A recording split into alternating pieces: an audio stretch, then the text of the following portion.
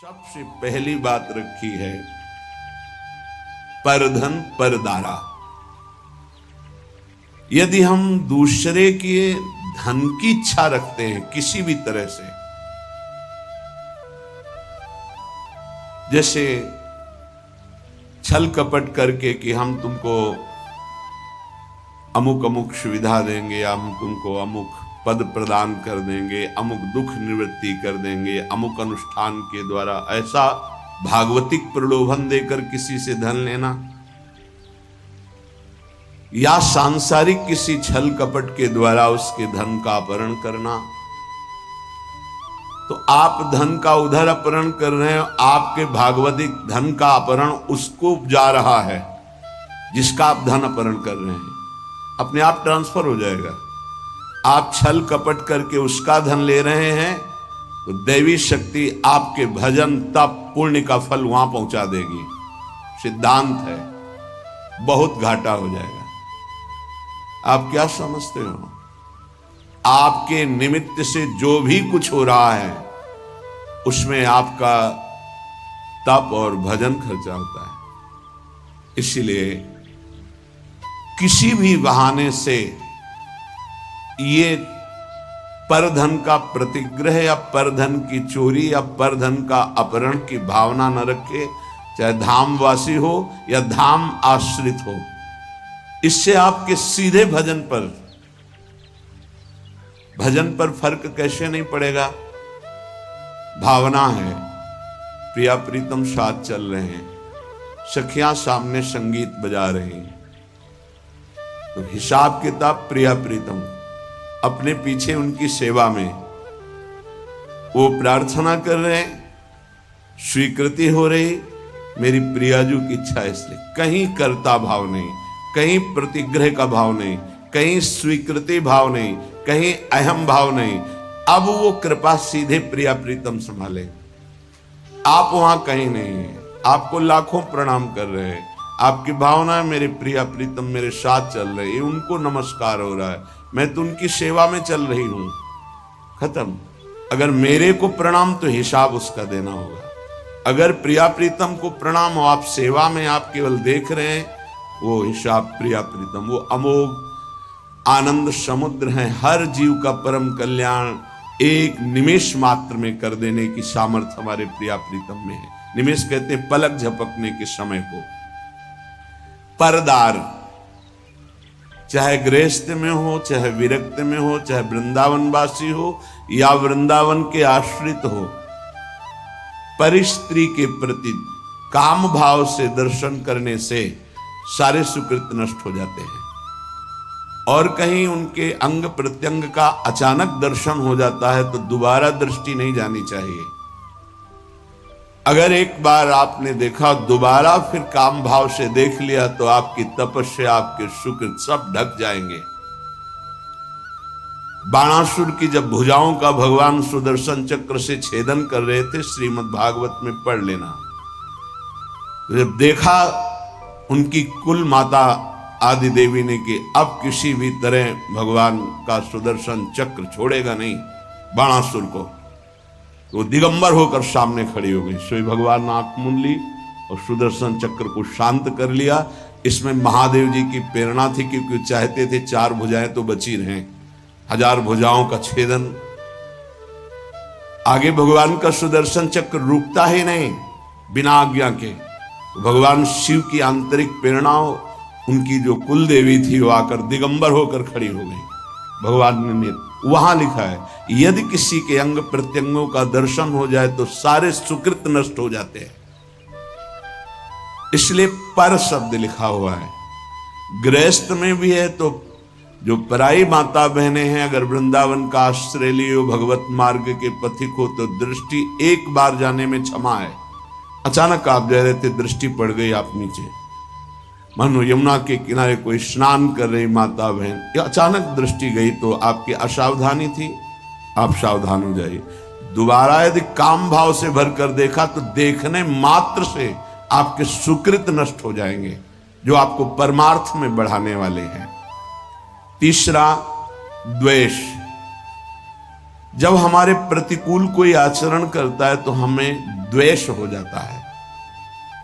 ये द्वेष बहुत ही घातक है, प्रायः सबके हृदय में रहता है और वो जलाता रहता है। जरा सी प्रतिकूल बात पर द्वेष हो जाएगा। अगर द्वेष हो गया तो भगवान की भक्ति बढ़ेगी नहीं, क्षीण होती जाएगी। क्योंकि भगवान कह रहे हैं अद्वेष्टा सर्वभूतानां, किसी भी भूत प्राणी से तुम्हारा दोष भावना, दोष में ही द्वेष होता है। हमारे अनुकूल उसका जो व्यवहार नहीं है तो हमें द्वेष हो जाएगा। नहीं, द्वेष नहीं, भगवत भाव से प्रणाम करो। भगवान उसको प्रेरित करके आपके साथ ऐसा प्रतिकूल व्यवहार करा रहे हैं। हट जाओ, द्वेष मत करो। मात्सर्य ये बड़ा सूक्ष्म विषय है, मेरे से अधिक ये बढ़ता जा रहा है किसी भी मार्ग में, और हृदय में जलन होना, इसे मात्सर्य कहते हैं। ये प्रायः बड़े बड़े साधकों के भी अंदर रहता है। किसी की यश कीर्ति सुन करके जो हृदय में एक जलन होती है उसका नाम मात्सर्य है। मत्सरति, मेरे से आगे जा रहा है। भजन मार्ग में भी ये हो जाता है। इसलिए श्रीपाद ये विश्राम की तरफ वृंदावन महिमामृत जा रहा, सार सार बातें बता रहे हैं। मात्सर्य बहुत कठिन है छोड़ना। यदि भगवत भाव नहीं करोगे तो मात्सर्य नहीं छोड़ पाओगे। अंदर अहम रहता है, तभी मात्सर्य का प्रादुर्भाव ये बहुत जलाता रहता है, बड़े बड़े अपराध कराता रहता है। मेरे से आगे बढ़ा जा रहा है। किसी की यश कीर्ति सुनकर, किसी की बढ़ोतरी देखकर, किसी भी तरह से किसी को सुख में देखकर हृदय जो जलता है उसे मात्सर्य कहते हैं। लोभ, हर इंद्री के भोग का लोभ होता है। लोभ पास जय गल न बंधाया, सो नर तुम समान रघुराया। गोस्वामी तुलसीदास जी कह रहे, जिसने लोभ रूपी फांसी में अपने गले को नहीं बनाया वो साक्षात श्री भगवान का स्वरूप हो जाता है। लोभ पास जय गल न बंधाया, सो नर तुम समान रघुराया। चाहे वो स्त्री शरीर में उपासक हो, चाहे पुरुष शरीर में, किसी भी वस्तु का, किसी भी भोग का लोभ नहीं होना चाहिए। किसी धन का, स्वर्ण का, पद का लोभ बहुत तरह का होता है। लोभ एक रख लो तो सब लोभ खत्म हो जाएंगे। नाम बढ़ाने का लोभ, नाम जपने का लोभ, कितना नाम अधिक जप लूं इसका लोभ बढ़ा लो तो ये सब लोभों को नष्ट कर देगा। अनृत, झूठ बोलना उपासक के लिए बहुत हानिकारक है। झूठ बोलना नहीं, चालबाजी, छल कपट का व्यवहार उपासक के हृदय में। संत सरल चित जगत हित, जान स्वभाव स्नेह। जिनका स्वभाव प्रेममय होता है, चित्त सरल होता है, कोई छल कपट हृदय में नहीं होता, वो संत मार्ग का पथिक संत है। अनृत, झूठ बोलना नहीं होना चाहिए। संतों का मार्ग विश्वास और श्रद्धा से होता है। यहां कोई कह दे कि ऐसा से ऐसा, बिल्कुल 100% सही, उसमें ये विचार नहीं होता कि ये झूठ भी बोल सकता है क्या, ये कपट भी कर सकता है क्या, क्योंकि विश्वास से ही हमारी यात्रा हुई है। तत्काल विश्वास। ऐसे ही पूरा जगत जो थोड़ा भी आस्तिक है संतों के वचनों पर विश्वास करता है कि ये कभी झूठ नहीं बोलते। साधक देखते ही पता चलता है कि भगवान के जन है, ये झूठ क्यों बोलेंगे, उनकी बात पर तत्काल विश्वास होता है। इसलिए अनृत, कभी झूठ बोलने का आपके हृदय में विचार ही न रह जाए, ऐसा इष्ट देव से प्रार्थना करें कि हमें वो सामर्थ्य प्रदान कीजिए कि मैं कभी झूठ न बोलूं। किस बात के लिए झूठ बोलूं? एक गलती छुपाने के लिए 1000 गलतियां कर बैठते हैं हम। अगर एक गलती स्वीकार कर ले तो 1000 गलतियों से बच जाएंगे। हम झूठ क्यों बोले? परुख, कड़ुआ वचन, झूठ नहीं बोलना, इसके साथ कठोर वचन नहीं बोलना। कुछ भजन करने वाले उपासक समझ नहीं पाते तो ऐसे सेवक जी बड़ा विनोद करके उनके लिए बोल रहे हैं। एक रिसाने से रूखे से दीखत पूछत रीति भभूकत धावत। बोले एक ऐसे मानो गुस्सा है रिसाने से, मानो हृदय शुष्क है, रूखे से दीखत, बात करो तो भभूकत धावत। भभूकत धावत, भूकत शब्द श्वान के लिए है, वो एकदम ऐसे ऐसा नहीं। उपासक का व्यवहार बहुत सरल, मृदु और उदासीन, दोनों बातें समझनी। गंभीर शब्दों में, मृदु शब्दों में हल्की मुस्कुराहट लेते हुए बात कह दी, उदासीन हो गया। एक रिशाने से रूखे से दीखत पूछत रीति भभूकत धावत, ऐसा नहीं होना चाहिए। एक रंग मगे बोलत, ये भी नहीं होना चाहिए कि बहुत सजा करके सामने वाले, नहीं, सीधी बात, सरल चित्त से मंद मुस्कान से उत्तर दिया। आवश्यक हुआ तो, कोई हमारा द्वेष नहीं, कोई हमारा कड़ुआपन नहीं है, और उदासीन हो गए।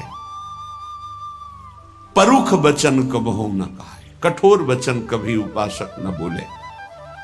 पर आप भी द्रोह, किसी दूसरे से द्रोह का आचरण निष्ठुरता पूर्वक जो होता है वो कभी नहीं होना चाहिए। पराभित द्रोह, कठोर व्यवहार करते हुए द्रोह का आचरण नहीं करना चाहिए। हमारा व्यवहार मृदु होगा, आप हमारे साथ कठोर व्यवहार करते हो, वो आपका स्वभाव है, हम छोड़ देते हैं आराध्य देव के ऊपर। आराध्य देव का विधान है कि ये कठोर व्यवहार करेगा, मैं सहूंगा। उसके लिए क्या विधान है आराध्य देव जाने।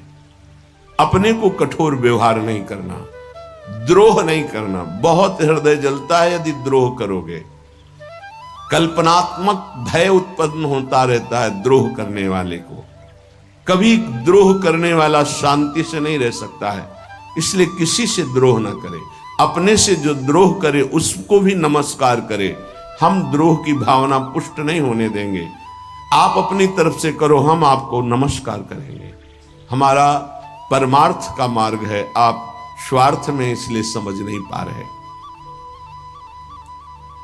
मिथ्याभिलापान, उपासक को व्यर्थ की बातें करने की आदत पर शासन करना चाहिए। बहुत अच्छे अच्छे उपासकों के दर्शन होते हैं, बोलते ही नहीं, ऐसा लगता है बाणी ही नहीं, सेवा में लगे, कभी कोई बातचीत नहीं। बहुत अच्छा है जब बोले तो प्रिया प्रीतम की बात बोले, नहीं ताते मौन रहना उचित है, गुरुदास जी कह रहे। तो परधन परदार द्वेष मात्सर्य लोभा अनृत परुख पराभिद्रोह मिथ्याभिलापान त्यजति। इतने दोषों का त्याग कर दे। ये वृंदावन की रहनी है, ये वृंदावन के आश्रित का आचरण है। चाहे जहां रहते हो इसको स्वीकार कर लो। तो इह भक्तो राधिका प्राणनाथे, श्री प्रिया प्रीतम जो हमारे प्राणनाथ हैं, इस आचरण से उसे अपना स्वीकार कर लेते हैं। बहुत जोर की बात है। हम तो प्रभु को अपना मानना शुरू करिया, और जब वो मुझे अपना मान ले, आगे के श्लोक में बहुत खुल के इसकी व्याख्या की कि एक बार प्रिया प्रीतम जिसकी तरफ देख लेते हैं उसका संसार बंधन नष्ट हो जाता है। एक बार देख लेते हैं। ऐसा श्रीमद् राधा सुधा निधि में जिस दिन श्री जी ने कृपा दृष्टि से देख लिया, ऐसा महासुख प्रकट होगा कि अगर करोड़ों मोक्ष होते तो भी हे हो जाते, तुच्छ हो जाते। करोड़ों मुक्तियों को तुच्छ कर देने वाली कृपा कटाक्ष हमारी श्री राधा किशोरी की है। यहां कह रहे यदि ऐसे आचरण आप करोगे तो प्राणनाथ का प्यार नहीं पा पाओगे, और अगर इन आचरणों का त्याग कर दोगे जो अभी त्याज्य बताया गया, त्यजत इहि भक्तो राधिका प्राणनाथ है, अगर इन दोषों को त्याग दिया नाम के बल से, आश्रय के बल से, तो तुम्हारे प्राणनाथ तुम पर प्रसन्न हो जाएंगे। तुम जो भक्ति करते हो तुम्हारी भक्ति करेंगे। तुम्हारी भक्ति क्या होती है? भावे मोहि जोई सोई सोई करे प्यारे। अब जो मुझे भाता है मेरे प्यारे वही करते हैं। न खलु भवती बंध्या तस्य वृंदावन आशा, उसकी कभी वृंदावन की आशा और वृंदावन का फल कभी नहीं छूटेगा। वृंदावन का फल प्रिया प्रीतम की सेवा में पहुंच जाना, वृंदावन की आशा चिदानंद वृंदावन में प्रवेश पा, ये दोनों कभी व्यर्थ नहीं जाएंगे जो ऐसी रहने से रहता है। बंध्या कहते हैं कि जो पुत्र नहीं प्रकट करती, वो आशा बंध्या है जिसमें ये दोष है, वो फल प्रकट नहीं कर पाएगी। इसलिए इन दोषों का त्याग करें, परधन का, परिस्त्री का, द्वेष का, मात्सर्य का, लोभ का, झूठ का, कठोर वचन का, दूसरे से कठोर द्रोह करने का, निष्ठुरता का और मिथ्या भाषण का जो त्याग कर देता है, प्रिया प्रीतम उसे अपना स्वीकार कर लेते हैं।